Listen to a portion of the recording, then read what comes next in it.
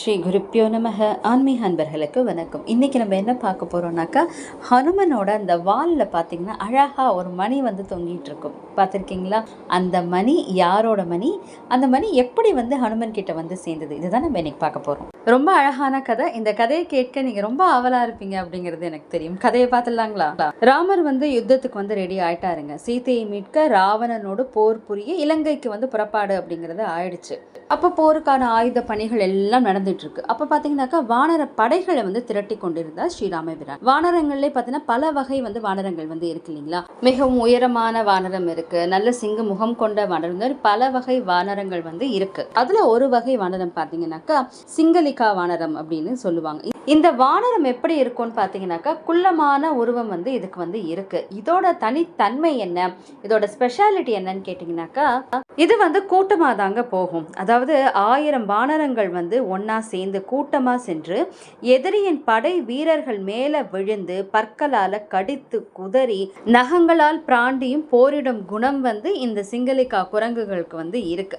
இது வந்து கூட்டமா போய் தான் அந்த எதிரியை வந்து தாக்குமா, திடீர்னு போய் தாக்கும். இது எல்லோருமே வந்து போருக்கு புறப்பட வந்து ரெடியா ஆயுதமா வந்து இருக்காங்க. அப்ப பாத்தீங்கன்னாக்கா அந்த வீரர்களை வழி அனுப்புறதுக்காக குடும்பத்தாரர்கள் வருவாங்க இல்லையா?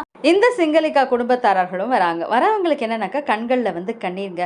ஐயோ, இவங்கெல்லாம் உயிரோட பத்திரமா திரும்பி வந்துருவாங்களா, இவங்கெல்லாம் வரணுமே அப்படின்னு ஒரு கவலை வந்து அவங்களுக்குள்ள இருந்தது. இதெல்லாம் ஸ்ரீ ராமபிரானுக்கு தெரியாம இருக்குமா? எல்லாத்தையும் கவனிக்கிறாரு ராமபிரான். ராமபிரான் உடனே அவங்க கிட்ட போயிட்டு என்ன சொல்றாருனாக்கா, நீங்க யாரும் கவலைப்படாதீங்க, என்னோட படை வீரர்கள் அத்தனை பேரும் பத்திரமா திருப்பி கொண்டு வந்து உங்ககிட்ட சேர்ப்பது என்னோட பொறுப்பு அப்படிங்கிற ஒரு வாக்கும் வந்து கொடுக்கிறாரு. போர் வந்து ஆரம்பமாச்சுங்க. ஸ்ரீ ராமபிரானுக்கும் ராவணனுக்கும் வந்து போர் வந்து ஆரம்பிச்சாச்சு. கடும் போர் வந்து நடந்துகிட்டு இருக்கு.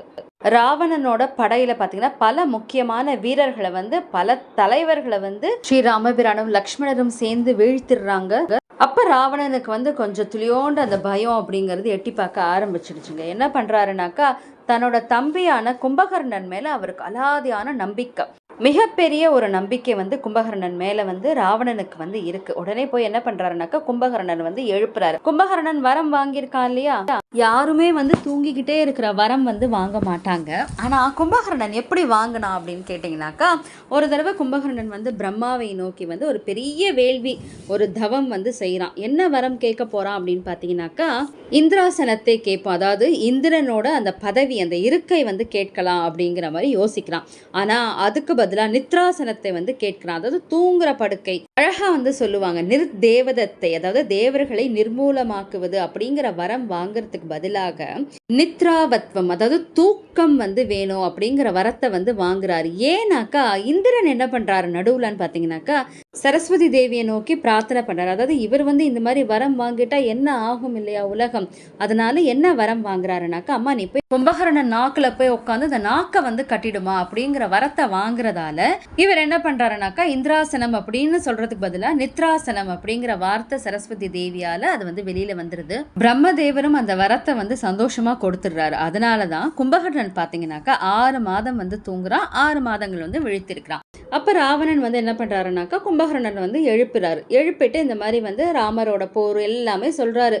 சொல்லிட்டு நீ தயாராகு அப்படிங்கிற மாதிரி சொல்றாரு. ஆனா கும்பகர்ணன் வந்து பாத்தீங்கன்னாக்கா நிஜமாவே அவன் ரொம்ப நல்லவங்க. அவன் வந்து என்ன பண்றான், போர் வேண்டாம், சீதையை கடத்திட்டு வந்தது தப்பு தான், நீங்க போய் ராமர் கிட்ட மன்னிப்பு கேளுங்க அப்படிங்கிறத வந்து அவர் எடுத்து சொல்றாரு ராவணன் கிட்ட. ஆனா ராவணனுக்கு நேரம் நெருங்கிடுச்சு இல்லையா? அவன் காதுல எதுவுமே வாங்கல. வேறு வழி இல்லாமல் அண்ணனோட ஆணை இல்லையா, அதனால கும்பகர்ணன் வேற வழி இல்லாம ராவணன் சொல்ற அந்த உத்தரவை ஏத்துக்கிட்டு போருக்கு வந்து தேர்ல போறான். கும்பகர்ணன் எவ்வளவு பெருசா இருப்பான் இல்லையா? அப்ப அவன் தேர் எவ்வளவு பெரிய சைஸ்ல இருக்கணும் இல்லையா? பெரிய தேர்ல வந்து போறான். அந்த தேருக்கு அழகு சேர்க்கிற மாதிரி அழகா மணிகள் வந்து தொங்க விட்டுருக்காங்க. அதாவது மணிகள் பார்த்தீங்கன்னாக்கா அவ்வளவு அழகா அது வந்து அசைதான் ஆடுதான், ரொம்ப சந்தோஷமா அப்படியே ஆர்ப்பரிச்சுக்கிட்டு அப்படியே குதூகலமா அது வந்து தயாராகுதான் போருக்கு போறதுக்கு. அது வந்து ஸ்ரீ ராமபிரானை வந்து பார்க்க போதான் இங்கேயும் அங்கேயும் அசைஞ்சுக்கிட்டு ஒரே சத்தம் போட்டுக்கிட்டு ரொம்ப அழகா அந்த மணிகள் வந்து ஒன்னோட ஒன்று பேசிக்குதான். போர் தொடங்கிடுச்சுங்க. ஸ்ரீ ராமபிரானோட அந்த பானம் வந்து கும்பகர்ணன் மேல அப்படியே பாயுது. கும்பகர்ணன் அந்த பானத்துக்கு உடனே பலியாகிறான். கும்பகர்ணன் அப்படியே அந்த தேர் மேலே அப்படியே சாயிறான். பிரம்மாண்டமாக சாயும் போது கும்பகர்ணனோட அந்த கை பட்டு ஒரே ஒரு மணி வந்து அது எப்படா விழலாம், கீழே எப்படா வரலான்னு காத்துட்டு இருக்கிற மாதிரி அது மேலே கைப்பட்ட உடனே என்ன ஆகுதுன்னா அந்த மணி வந்து அப்படியே கழண்டு உருண்டு அப்படியே ஓடி வருதுங்க. ஓடி வர மணி என்ன பண்ணுதுனாக்கா, சிங்கலிக்கா குரங்குகள் இருக்கு இல்லையா, அதாவது அது கூட்ட கூட்டமாக தான் போரிடும். அப்போ 1000 சிங்கலிக்கா வந்து அங்கே போர் பண்ணிட்டு இருக்கு. அது மேலே வந்து டமால்னு விழுது. அவ்வளவு பிரம்மாண்டமான மணி. அந்த இடம் பார்த்தீங்கன்னாக்கா மேடு பள்ளமாக இருக்கிறதால அந்த மணி வந்து அப்படியே ஓடி வந்து இந்த குரங்கு கூட்டத்தை வந்து மூடிடுது. திடீர்னு என்னமோ வந்து மூடிடுச்சே அப்படின்னு இந்த குரங்குகள் வந்து ரொம்ப பயந்து போயிடுதான். ஒரே இருட்டு. ஆனால் நல்ல வேலையே பார்த்தீங்கன்னாக்கா காற்று வந்து வந்துட்டு போகிறதுக்கான வசதி இருக்கிறதால அதுங்க சுவாசிக்கிறதுக்கு காற்று வந்து கிடச்சிடுது. ஆனால் இந்த குரங்குகள் எல்லாம் என்ன ஆயிடுச்சுன்னா ரொம்ப பயந்து போயிடுச்சு. ரொம்ப நேரமாக பொறுத்து பொறுத்து பார்க்குதுங்க. யாருமே அவங்கள காப்பாற்ற வரல. எல்லாம் பயந்துடுச்சு. அப்போ என்னன்னாக்கா அதில் ஒரு வானரம் பார்த்தீங்கன்னாக்கா, இந்த சுக்ரீவனை நம்பி நம்ம போருக்கு வந்து வீணா போயிட்டோமே அப்படின்னு ஒரு குரங்கு சொல்லுது. இன்னொரு குரங்கு என்ன சொல்லுதுனாக்கா, ஹனுமன் கூப்பிட்டானே தான் நான் வந்த, ஹனுமனும் இப்படி பண்ணிட்டாரே அப்படின்னு இன்னொரு குரங்கு வந்து புலம்ப ஆரம்பிச்சிருச்சு. இன்னொரு வானரம் பார்த்தீங்கன்னா அங்கே அழுது புலம்பிகிட்டு இருக்கு. நம்ம சாக போகிறது உறுதி, இனிமேல் யாரும் நம்மளை காப்பாற்ற போகிறது கிடையாது அப்படின்னு ஒரு குரங்கு ஒன்று சொல்லுது. எங்கே பார்த்தாலும் ஒரே பரபரப்பாக இருக்குது. எல்லாம் பயந்து நடுங்கி போயிருக்காங்க. இந்த வானர கூட்டத்துக்கு தலைவன் அப்படின்னு ஒருத்தர் இருப்பார் இல்லையா, ஒரு வயசான ஒரு தலைவன் வந்து இருக்காரு.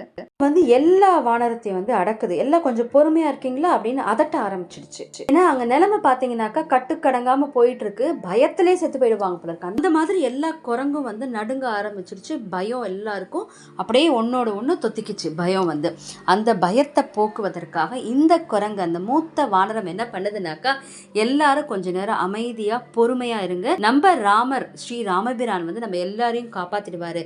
இப்ப நம்ம எல்லாரும் பண்ண வேண்டிய ஒரே விஷயம் என்னன்னாக்கா, ராம ராம ராமன்னு ராமரோட அந்த நாமத்தை வந்து எல்லாரும் சொல்ல ஆரம்பிக்கணும் அப்படின்னு சொல்லுது. இதை சொன்னோம்னாக்கா கண்டிப்பா ஸ்ரீ ராமபிரான் வந்து நம்மளை காப்பாத்துவாரு அப்படிங்கிற உறுதி வந்து அந்த மூத்த குரங்கு வந்து கொடுக்குது. எப்பவுமே பார்த்தீங்கன்னாக்கா நம்ம வீட்டில் வந்து பெரியவங்க இருக்கணும் அப்படின்னு சொல்லுவாங்க. ஏன்னாக்கா ஏதாவது ஒரு இக்கட்டான சூழ்நிலை வரும்போது நமக்கு வந்து டக்குன்னு என்ன பண்ணணும் அப்படிங்கிறது புரியாது.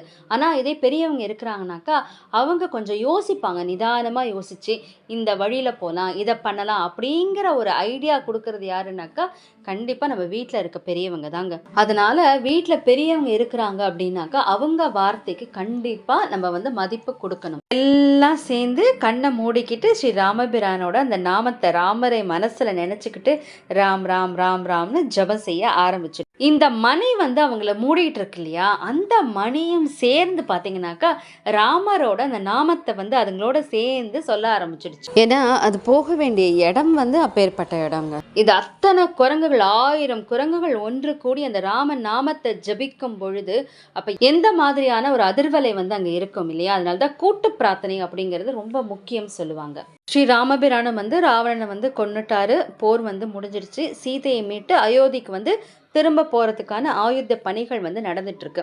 அப்ப வந்து ராமபிரான் என்ன சொல்றாருனாக்கா, சுக்ரீவனை கூப்பிட்டு நம்ம படையில வந்து எல்லோரும் பத்திரமா இருக்கிறாங்களா பார்த்து எண்ணிட்டு வா அப்படிங்கிற மாதிரி சொல்றாரு. சுக்ரீவனை வந்து போய் எண்ணிட்டு வராரு. எண்ணிட்டு வந்து அவர் என்ன சொல்றாருனாக்கா, நம்ம படையில இந்த 1000 சிங்கலிக அந்த குரங்குகள் மட்டும் காணல அப்படிங்கிற செய்தி கொண்டு வராரு. அப்ப ஸ்ரீ ராமபிரான் என்ன பண்றாருனாக்கா, திரும்பவும் போய் எண்ணிட்டு வா அப்படிங்கிற மாதிரி சொல்றாரு. சுக்ரீவன் திரும்பவும் போயிட்டு ராமரோட ஆணைப்படி எண்ணிட்டு வராரு. வந்து திரும்பவும் இதா சொல்றாரு, சிங்கலிகர் மட்டும் காணல ராமபிரானே, பாக்கி எல்லாருமே இருக்காங்க அப்படிங்கிற மாதிரி சொல்றாரு. ராமர் உடனே என்ன பண்றாருனாக்கா, ஹனுமனை கூட்டிகிட்டு நீயும் என்னோட வா, நம்ம போய் தேடலாம் அப்படின்னு சொல்லிட்டு 2 பேரும் தேடுறாங்க. அந்த அம்புகள் கேடயங்கள் எல்லாத்தையும் கிளறி பார்த்து தேடுறாங்க. எங்கேயுமே காணல இந்த சிங்கலிகர் குரங்குகள். திடீர்னு ஸ்ரீ ராமபிரான் வந்து ஒரு இடத்துல நிக்கிறாரு. ஹனுமா அங்க பார், ஒரு பெரிய மணி தெரியுதா அப்படின்னு கேட்கிறாரு. ஹனுமனுக்கு வந்து புரிஞ்சிடுச்சு. ஹனுமன் வந்து அவரோட வாளோட அந்த நுனியில அந்த மணியோட வளையத்துல நுழைத்து அப்படியே வந்து தூக்குறாரு. ஹனுமன் அந்த மணியை தூக்குனதும் அதில் பார்த்தீங்கன்னாக்கா 1000 சிங்கலிகர்கள் வந்து கண்களை மூடிக்கொண்டு அப்படியே கையை கூப்பிக்கிட்டு ராம நாமத்தை வந்து ஜபிச்சுக்கிட்டு இருக்காங்க. ரொம்ப நாளுக்கு அப்புறம் வெளிச்சமும் காற்றும் அவங்க மேலே பட்டதும் அப்படியே அந்த வானர படைகள்லாம் அப்படியே கண்களை மெதுவாக திறந்து பார்க்குது. எதிர வந்து ஸ்ரீ ராமபிரானும் ஹனுமனும் வந்து நின்றுட்டு இருக்காங்க. எல்லாம் சேர்ந்து ஸ்ரீ ராமபிரான் கிட்ட வந்து அப்படியே கண்ணீர் மல்க வந்து மன்னிப்பு கேட்குறாங்க. என்னென்னமோ நாங்கள் பேசிட்டோம் ஸ்ரீராமா, உன்னோட பராக்கிரமம் உன்னோட சக்தி புரியாமல் நாங்கள் பேசிட்டோம். ஆனால் ராம நாமத்தை சொல்ல ஆரம்பித்த உடனே எங்கள் பயம் வந்து எங்களை விட்டு போயிடுச்சு. உங்கள் மேலே அதீத நம்பிக்கை வந்து எங்களுக்கு எப்படி வந்ததுன்னே தெரியல ஸ்ரீராமா. எங்கள் எல்லாரோட உயிரையும் நீங்கள் வந்து பத்திரமா காப்பாற்றிடுவீங்க அப்படிங்கிற ஒரு பெரிய நம்பிக்கை எங்களுக்குள்ள ஊற்று போல் அப்படியே வர ஆரம்பிச்சிடுச்சு. நாங்கள் என்ன நிலையில இருக்கோம் அப்படிங்கிறது கூட எங்களுக்கு தெரியல. ஏன்னா ராமநாமம் சொல்லும் போது அவ்வளவு நாங்கள்லாம் ரொம்ப மகிழ்ச்சியாக இருக்க ஆரம்பிச்சிட்டோம் அப்படின்னு இந்த வானரங்கள் எல்லாம் ஒன்று ஒன்று அவங்கவுங்க ராமநாமத்தை சொல்லும் போது என்ன அனுபவம் ஏற்பட்டதோ அது எல்லாத்தையும் வந்து சொல்ல ஆரம்பித்து ராமரோட பாதங்கள் அப்படியே விழுந்து வணங்குச்சான். ராமபிரான் அவ்வளோ அழகான ஒரு புன்னகையோட அனைத்து வானரங்களையும் வந்து அவரோட கையால் அப்படியே தடவி கொடுக்குறாரு. ஏன்னா எல்லாம் ராம நாமத்தை சொல்லியிருக்கு இல்லையா, அப்போ ராமரோட ஸ்பரிசம் அவங்க மேலே வந்து பட ஆரம்பிச்சது. எவ்வளோ பெரிய பாக்கியம் இல்லையா. இதெல்லாம் ஒன்றுமே இல்லை, ராம ராமன்னு சொன்ன அந்த ஒரு மந்திர சக்தி பாருங்களா, அவங்க எல்லாரையுமே உயிரோடு அப்படியே காப்பாத்திடுச்சு. இந்த வானரங்கள் எல்லாம் தடவி கொடுத்துட்டு ராமர் அப்படியே திரும்பி பார்க்குறாரு. ஹனுமன் வாலில் வந்து அப்படியே அந்த மணி வந்து அப்படியே பல பழக்க அப்படியே ஜொலிக்குது அந்த மணி. அந்த காட்சியை பார்க்கும்போது ராமபிரான் சொல்ற சுந்தரமா இருக்க தெரியுமானேன்னு இந்த மணியோட பார்க்கும்போது அவ்வளவு அழகா இருக்க, அதனால இந்த கோலத்தோட இந்த மணியோட நீ இருக்கணும் ஹனுமா அப்படின்னு ஸ்ரீ ராமபிரான் வந்து ஹனுமன் கிட்ட சொல்றாரு. அந்த மணி பாருங்களேன், இந்த 1000 வானரங்கள் சொன்ன அந்த ராம ராம நாமத்தை கேட்ட அந்த பலனுக்கே வந்து ஹனுமனோட வால்ல வந்து இந்த மணி தொங்கறதுக்கான பெரிய பாக்கியம் வந்து அது கிடைச்சிருக்கு. அப்ப ராம நாமத்துக்கு எவ்வளவு பெரிய சக்தி இல்லைங்களா. இந்த மணியோட இருக்கும் ஹனுமனை யாரு தரிசிக்கிறாங்களோ, யார் பார்க்குறாங்களோ, யார் வழிபாடு செய்கிறாங்களோ அவங்களுக்கு பக்தி, ஞானம், வைராகியம் இது 3மே வந்து கிடைக்கும் அப்படின்னு ஸ்ரீ ராமபிரானை வந்து சொல்லியிருக்காரு. வாலில் மணி கட்டியிருக்கும் அந்த ஆஞ்சநேயர் நம்ம வந்து வழிபாடு செய்கிறோம் அப்படின்னாக்கா, நம்ம வேலையில் ஏதாவது தோய்வு இருந்தது அப்படின்னாக்கா அது அகலுங்க. நம்ம வேலையில் வந்து நல்ல முன்னேற்றம் வந்து ஏற்படும். 48 நாட்கள் தொடர்ந்து ஹனுமனோட வாலில் அந்த மாதிரி பொட்டு வைத்து வழிபாடு செய்கிறோம் அப்படின்னாக்கா என்ன வேண்டுதல் வச்சாலும் அது கண்டிப்பாக நிறைவேறுங்க. இந்த ஆன்மீக அருளமிர்தம் கேட்டுக்கொண்டிருக்கும் அனைத்து அன்பர்களுக்கும் மிக்க நன்றி. மீண்டும் சந்திப்போம். ராம ராம ராம ராம ராம ராம ராம ராம ராம ராம சீதா ராம ராம ராம். ஜெய் ஸ்ரீராம்.